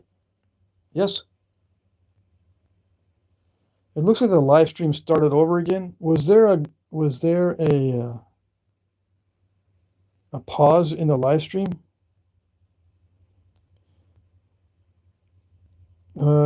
Let's see. That's a real question, Patrick. As a napper who has some ability but not a lot of context behind napping, I have to ask about your eccentric stage. Did you have one? Nope, I did not have an eccentric stage. No pause, but my timer on my phone has started over again. So it looks like I've only been on for 6 minutes.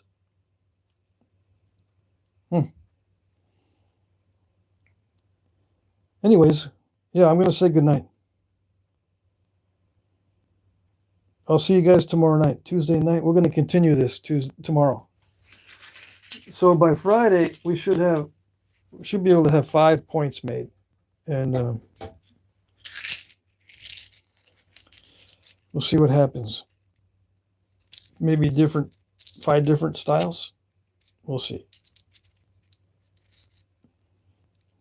This one, I think, I don't know. The Knife River Flint's not from Texas. It's from North Dakota. But I think all these other pieces of shirt are from Texas. Yeah. I think this is a heat treat amoeba shirt. It's nice. So, yeah, I'll probably make a bunch of points that are from Texas. But I can make some other stuff. I don't know what that is. That could be a hornstone. You know what? I think that is a hornstone.